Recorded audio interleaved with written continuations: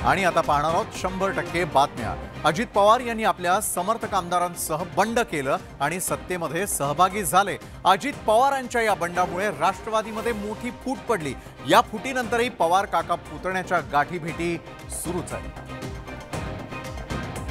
गुप्त भेटीवरून राज्याचं राजकारण तापलेलं असताना आता मनसे अध्यक्ष राज ठाकरे यांनीही यात उडी घेतली आहे। 2 दिवसांपूर्वी चोरडिया उद्योजकाच्या घरीच बैठक कशी झाली असा सवाल राज यांनी विचारला होता। आता राज ठाकरे यांनी अजित पवारांची मिमिक्री करत त्या गुप्त भेटीनंतरच्या सुरू असलेल्या राजकारणावर खोचक टोला लगावलाय। आणि मग ती लोक गाडीमध्ये आतमध्ये झोपून जाणार, "मी तुला दिसलो का गाडीमध्ये? मी झोपलो होतो का? मी होतो का तिथं?"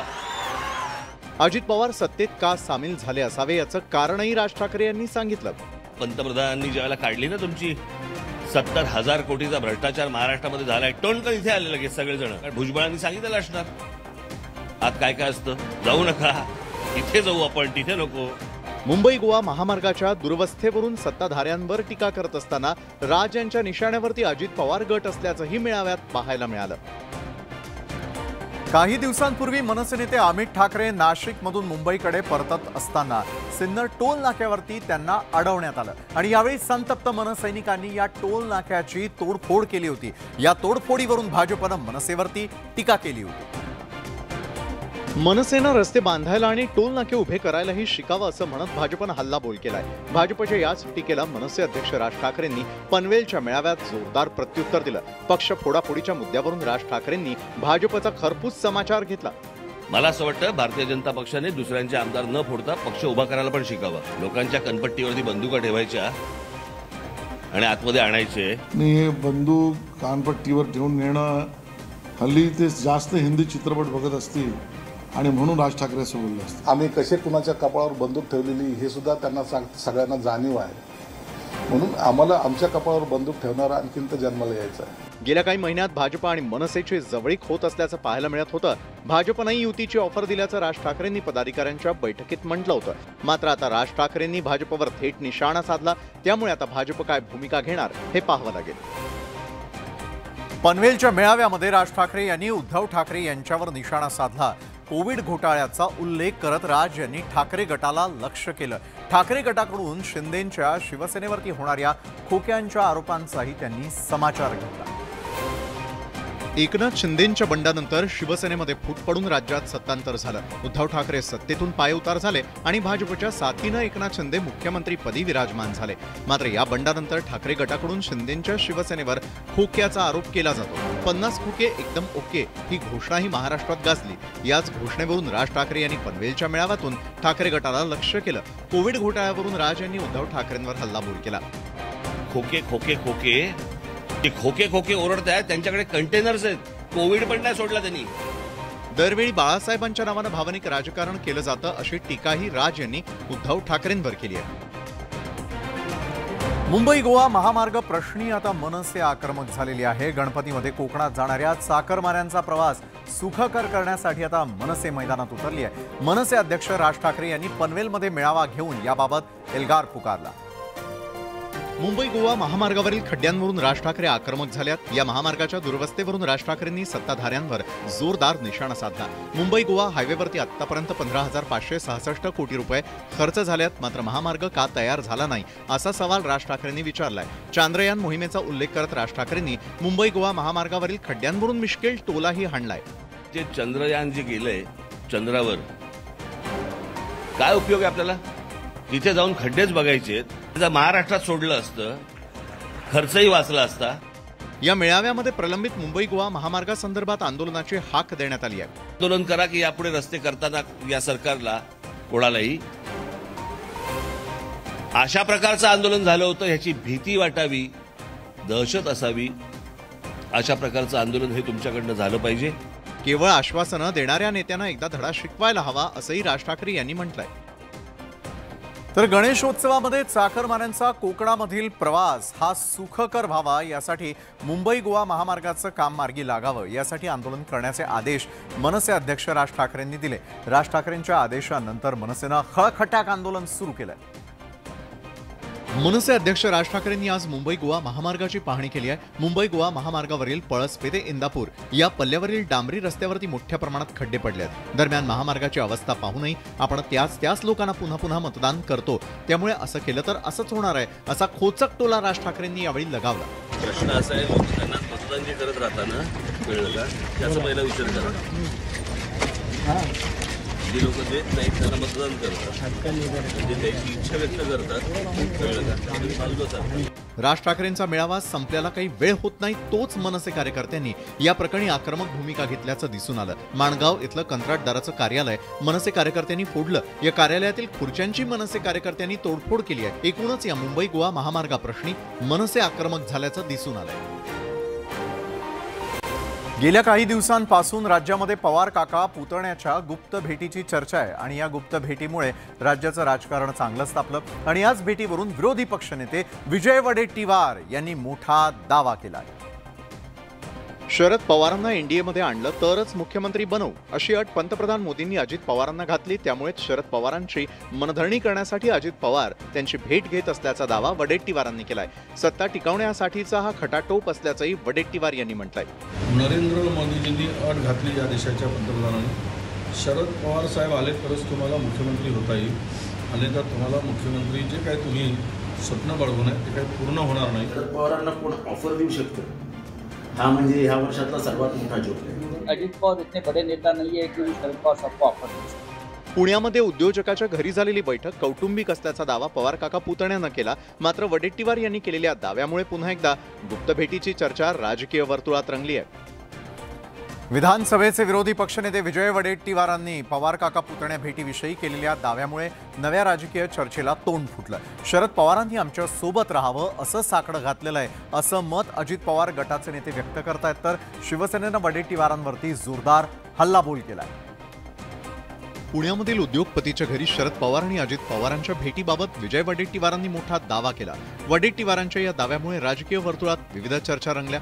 विशेष म्हणजे अजित पवार गटाचे काही नेतेही साहेबांनी आमच्या सोबत राहावं असा सूर आळवतायत, तर विरोधक अफवा पसरवत असल्याचा पलटवार सत्ताधाऱ्यांकडून केला जातोय.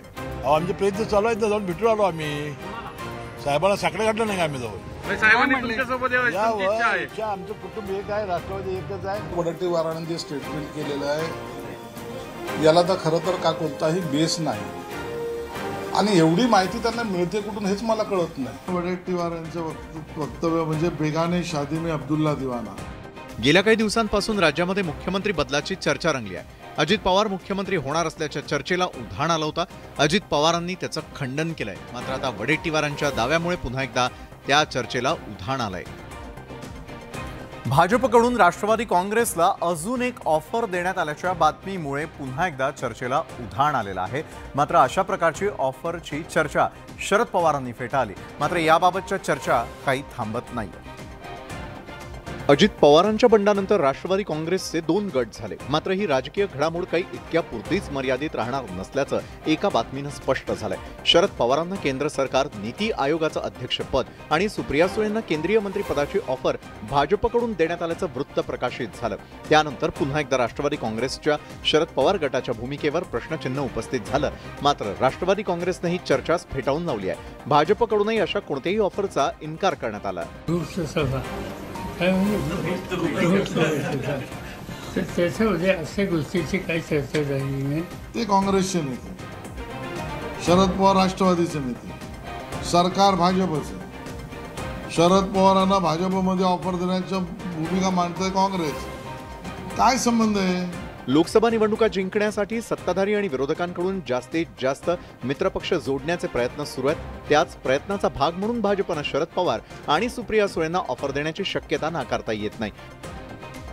अजित पवारांसोबत पुण्यामध्ये झालेली भेट ही राजकीय भेट नसल्याचं शरद पवार यांनी पुन्हा एकदा स्पष्ट केलेलं आहे. त्याचप्रमाणे या भेटीनंतर बाहेर निघताना प्रसारमाध्यमांशीही बोलल्याचं पवारांनी सांगितलंय. पुण्यामधील एका उद्योगपतीच्या घरी शरद पवार आणि अजित पवारांची भेट झाली. या भेटीनंतर महाविकास आघाडीमध्ये संशय कल्लोळ आहे. ही भेट कौटुंबिक होती असं शरद पवारांनी पुन्हा एकदा स्पष्ट केलंय. ही गोष्ट मी जाहीरपणाने सांगितली की भेट झाली नाही असं नाही, मला भेटायला आले. या भेटीनंतर निघताना लपून गेलो नसल्याचंही शरद पवारांनी सांगितलंय. देवांच्या सोबत गेलो, एक माझी नाही, माझी खाली नाही, माझी खाली फुलं स्वीकारली. तुम्ही बघितलं होतं का? मला तिथं फुलं दिली, ती फुलं मी घेतली आणि नंतर मी गेलो. मला काही दिसलं. शरद पवार आणि अजित पवार यांनी या भेटीबाबत स्पष्टीकरण दिल्यानंतरही या भेटीबाबतचा धुरळा काही खाली बसत नाहीये. पंतप्रधान नरेंद्र मोदींनी लाल किल्ल्यावरून देशाला संबोधित केलं. बिगर काँग्रेसी पंतप्रधानांपैकी पंतप्रधान नरेंद्र मोदी हे असे एकमेव पंतप्रधान आहेत ज्यांनी सलग 10 वेळा लाल किल्ल्यावरून देशाला संबोधित केलंय. आणि आज भाषणामध्ये पंतप्रधान मोदींनी एक मोठं वक्तव्य केलं होतं. पुढच्या वर्षी म्हणजेच 2024 मध्येही आपणच लाल किल्ल्यावरून भाषण करू असा विश्वास पंतप्रधान मोदींनी व्यक्त केला. मोदींचं हे वक्तव्य म्हणजे मी पुन्हा येईन असा नारा असल्याची चर्चा रंगली. मोदींच्या या वक्तव्यानंतर साऱ्यांनाच उपमुख्यमंत्री देवेंद्र फडणवीस यांची आठवण झाली. राष्ट्रवादी काँग्रेसचे अध्यक्ष शरद पवार यांनीही नेमका हाच धागा पकडत मोदींच्या मी पुन्हा येईन घोषणेचा समाचार घेतला. अगली बार 15 अगस्त को इसी लाल किले से मैं आपको देश की उपलब्धियां, उसके गौरवगान, उससे भी अधिक आत्मविश्वास के सामने आपके सामने मैं प्रस्तुत करूंगा. देवेंद्र फडणवीसांचं मार्गदर्शन घेतलं असं दिसतं. देवेंद्र फडणवीसांनी पुन्हा येऊन सांगितलं, ते आले पण ते फदाव आले नाही, त्याच्या खालच्या फदाव आले. इंडिया महाआघाडीच्या माध्यमातून मोदी सरकारला पर्याय कसा द्यायचा आणि जनमत कसं करायचं याबाबत विचार करत असल्याचंही मोदींनी सांगितलं.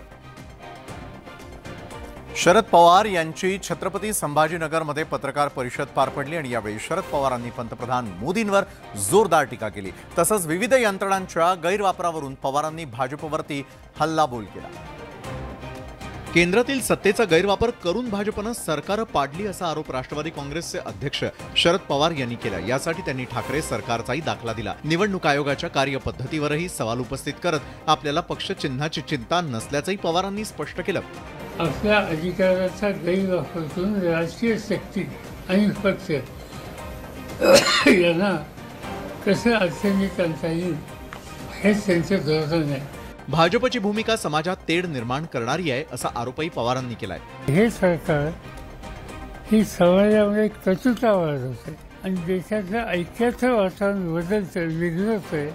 विरोधकांना त्रास देणाऱ्यांना लोकशाही मार्गाने धडा शिकवू असंही शरद पवारांनी म्हटलंय. महाराष्ट्रामधील राजकारणाच्या सारी पाटावर काटशहाचा खेळ चांगलाच रंगलेला आहे आणि यात सत्ताधारी आणि विरोधकांकडून एकमेकांवरती विविध डाव टाकले जातात. या काटशहाच्या घडामोडींच्या पार्श्वभूमीवरती मुख्यमंत्री शिंदे यांनी विरोधकांना मार्मिक टोला लगावला. महाराष्ट्रातील राजकारणाच्या सारी पाटावर काटशहाचा खेळ चांगलाच रंगलाय. वर्षभरापूर्वी शिवसेनेनं भाजपशी काडीमोड घेत दोन्ही काँग्रेसच्या मदतीनं महाविकास आघाडीची सत्ता स्थापन करत भाजपची कोंडीच केली होती. पण अवघ्या 2.5 वर्षातच भाजपनं एकनाथ शिंदेंच्या मदतीनं महाविकास आघाडीला चेकमेट देत सत्तांतर घडवून आणलं. आपल्याला चेकमेट करण्याचा प्रयत्न केला जातोय, मात्र विरोधकांचे स्वप्न साकार होत नाही असा टोला मुख्यमंत्र्यांनी लगावलाय. 1 वर्षापासून मलाही चेकमेट करायचा प्रयत्न अनेक जण करतायत, पण त्यांचं स्वप्न काही साकार होत नाही. विरोधकांनी आपली बुद्धी कितीही पणाला लावली तरी जनतेच्या विश्वासाचं आणि पाठिंब्याचं बळ माझ्याकडे आहे. राजकारणात कधी कोण कुणाला चेकमेट देईल याचा काही नेम नाही. अलीकडच्या काही वर्षातील राजकारण पाहिल्यास त्याची प्रचिती तुम्हाला येईल. आणि बुद्धिबळाचा खेळ संपल्यानंतर जसं सगळ्या सोंगट्या एका बॉक्समध्ये एकत्र असतात तेच राजकारण्यांनाही लागू पडतं.